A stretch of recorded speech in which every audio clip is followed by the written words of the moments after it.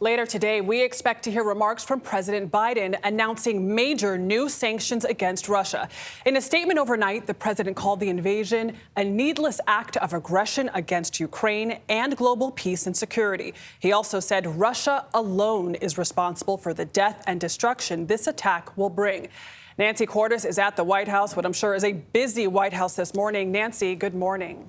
Good morning, Adriana. It sure is. The president has been in contact with his national security team throughout the night. He also spoke by phone at one point with Ukrainian President Zelensky. He has called an emergency meeting today of G7 leaders. All this shelling that Holly described actually began during an emergency UN meeting in New York last night, which demonstrated how isolated Russia now is.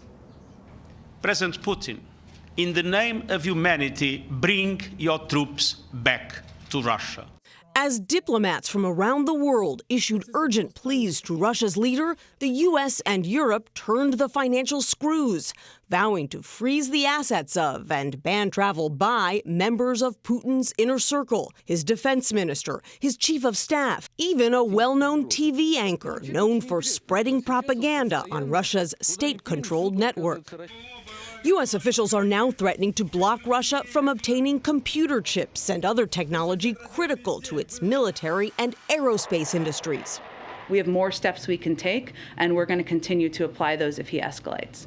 Russia's economy is already feeling the effects. Moscow's stock market losing about 20% of its value just in the past week.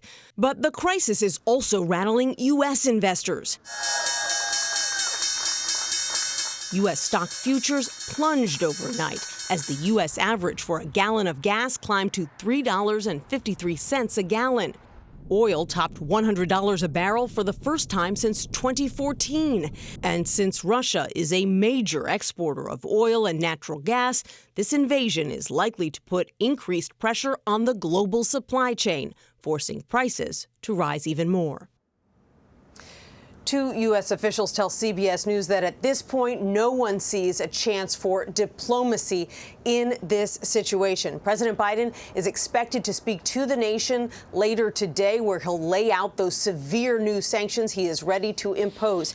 Earlier this week, he ordered the repositioning of American troops that are already based in Europe to support NATO allies in the Baltic states. But he has reiterated that he will not go to war with Russia itself. Tony. Nancy, thank you very much.